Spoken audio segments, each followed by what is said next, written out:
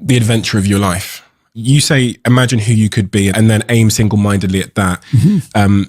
I encounter these young people who appear to know who they could be, or they've imagined who they could be, but for whatever reason, they seem to choose the certain misery of their current situation, the job that's sucking their soul out, or that relationship, over the uncertainty they'll encounter as they go on the adventure of their life. So what would I say to these young people who always say to me, Steve, I want to do this, but you can see them stifled by fear because it's like... Yeah, well, it's like, make a plan, man. So when I was doing my clinical work, which I did a lot of career work with my clients, both at a beginner level, I would say, like really a beginner level, with people who had no employment whatsoever, no history of employment, who were undereducated and who lacked every skill you could possibly imagine. So these are people who were really in dire straits, up to people who were operating at the top of their profession, but who could still strategize forward. And so, for example, let's say you're at a dead end in your job. Okay, so I don't find my work meaningful. All right, so that's a problem statement. It's like, well, why not? I find the work I do repetitive and boring and without spirit. I have a bad relationship or a neutral relationship with my boss who doesn't know who I am. I have problems with coworkers. All of that needs to be differentiated, right, and analyzed in detail. So we might say, for example, let's say you believe that you're undervalued at work, and maybe you are. What you need to do is you have something to say, and we would have to figure out what it is that you have to say. But it would be some variant of, I'm bringing more value to the table than I'm being compensated for, and that's demoralizing me. And it's also not good for you being my boss, because if I'm actually more valuable than is being recognized, then the fact that you're not valuing me properly means that I will become demoralized, I won't work properly, and you won't get the best out of me. So it's bad for both of us. And if your boss is in principle not amenable to such a discussion, then what you should seriously consider doing is finding another job. Okay, so let's say we're going to set you up for this. Okay, this isn't like next week's enterprise, man. This is your life. So the first thing I would ask is, well, do you have your resume or CV in order? Well, I haven't typed it up for 3 years.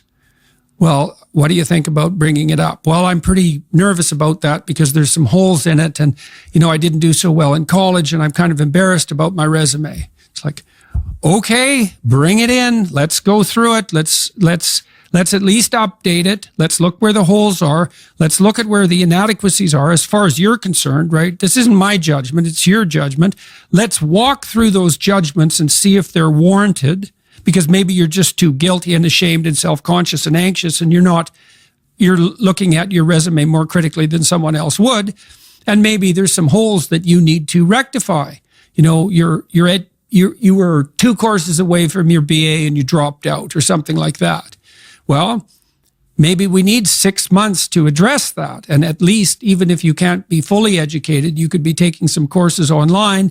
And so when you went to a new job interview and they said, what about this hole? You'd say, well, I came to terms with that 6 months ago, and in an effort to rectify it, I'm taking the following courses, and here's my plan for completion. That's a really good answer.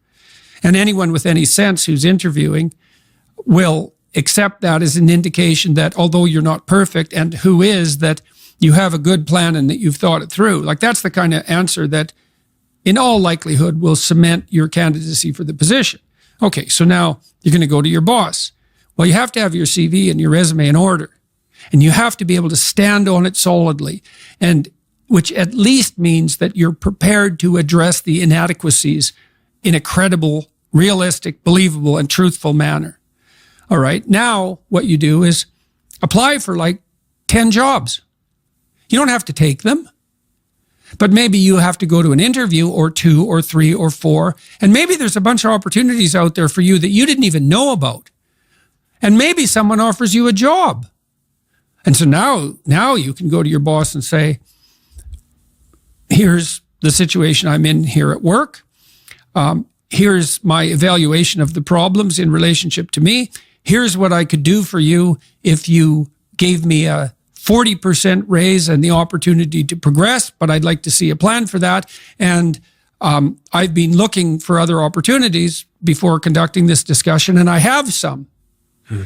Well, then, if your boss treats you with contempt at that point and doesn't listen, then perhaps he or she is a little more narcissistic than might be optimal, and it's time to find a new job. But this isn't something you do trivially. And so when you're doubtful, say you're trapped, you ask yourself, well, why am I trapped?